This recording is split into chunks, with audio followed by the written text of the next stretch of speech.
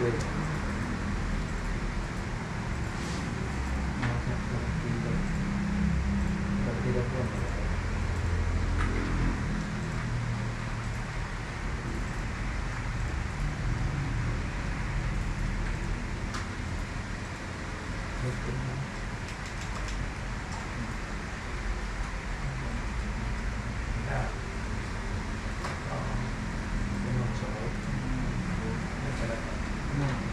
Oh, di ba? Okay na.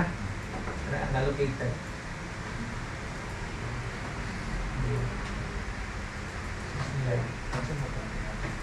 Transition forward. Masih sa kontak ka to.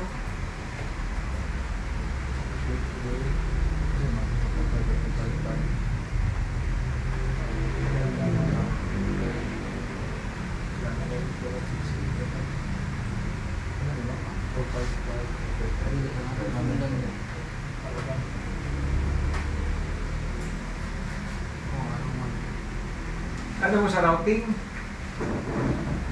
Sige, ano na to? Static routing. Ay, may kulang pa sila sa Kable? kable. Ay, orange. O, pwede lang. Sige, pagkatapos ng routing nila. Para ma-ping yung that one. Yes.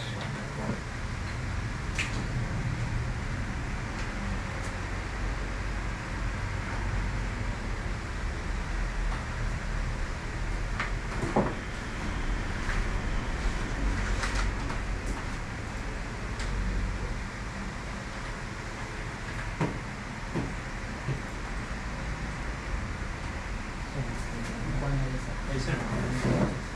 Dito po sa add rules and features, kunyari nakapag-add ako ng DNS, hindi ko na po yung pwede ma-delete. Kali mo, book. Pwede pa yan? Punta ka sa manage. Manage. Dito yung manage. Linear lang, sir. Okay, remove mo. Dito.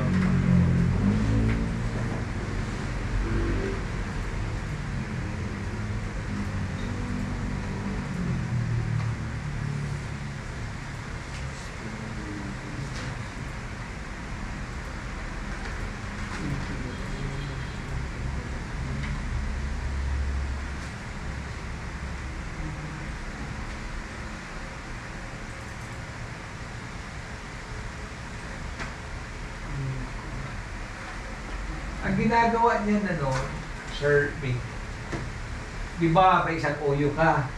Di ba may isang OU ka? Tapos marami kang users doon. Di ba, sabihin na natin 5. Sa user kasi, hindi ka maka-add ng policy eh. Sa user ba, kung individual ba? Ako. So, So, dapat sa OU lang. Mag-add ka ng policy sa OU para tatamaan yun. Pero what if kung isang user lang ang Gustong lagyan na. lalagyan mo ng policy? Karamihan yan sa mga implementations, based din doon sa amin dati. Halimbawa, kung may 5 user ka dyan, bawat gagawa ka ng, halimbawa, sa OU na faculty, gagawa ka ng 5 OU Sa loob ng faculty lang. sa loob ng faculty, pero pangalan ng user. Tapos doon ka mag-add ng, i-add mo sila doon. Bawat individual ba? Para pag maglalagay ka ng policy ng sa bawat user talaga, doon mo i-work out. Kasi kahit tingnan mo kayo kung may user ka na sa OU, lagyan mo ng policy, hindi yan pwede eh. Sige, mamaya, sir. Try mo ha? Okay na nga ito. Apply.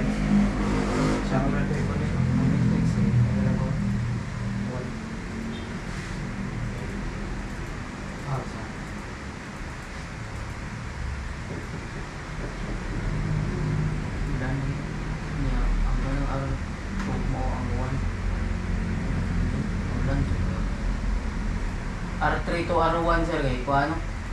LAN no? R3 to R1. LAN. So sa'yo pang statement.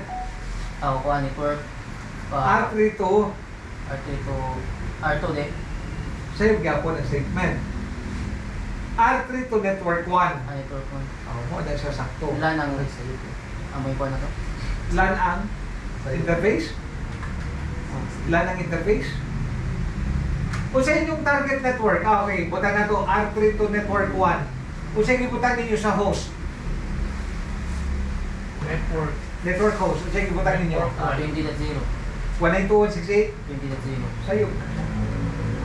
R3 to network 1 man mo. Unsa man ang network 1? 1.0 mo. Ako na. 192.168, 1.0 mo. Network 1? Okay.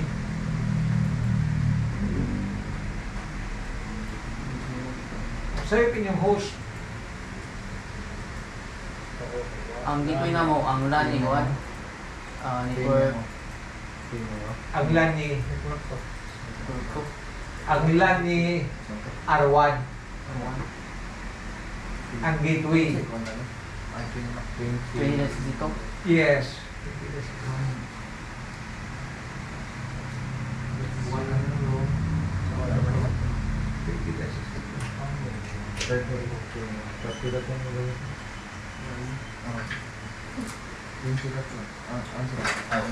Wala sir, may jump lang muna ako. Sige. May trinayan ako. Tapos sa, bali yung client PC hindi ko pa nalagyan ng static IP. Yes. Tapos dito, kung magkadabo sir ng DNS, pero yung server IP nalagyan ko na po. Yung DNS, ito yung lumalabas. Magka-problema yun siya. Ang problema Yes. Dapat establish ang network mo muna. So hindi independent sir na maglalagay ka na lang ng server sa DNS kahit na walang connection sa user. Motivate na sa client. Ako. Kunyari walang connection yung server sa client, server lang talaga. Hindi siya makakapaga ng DNS. I mean sir, bali, ito hindi pa ako nakapag, kunyari mag-establish na ako ng DNS server. Yes, yes. Wala akong connection sa mga client, hindi siya concept add. Nag-error siya, di ba? So, ganun din sir. So wala pang address yung ano, yung client of the server, meron na, no? Meron na. Hindi siya pwede, no? Hindi pwede. So ganun talaga yun sir. Hindi talaga pwede. Kasi dapat yung server mo, tapos kung mag-ano ka ng client, dapat pag-plug in mo sa client, buhay na yung DHCP server mo yan eh. Halimbawa, sa actual ba? Opo. Di may bagong dating na PC, client. Yes, sir.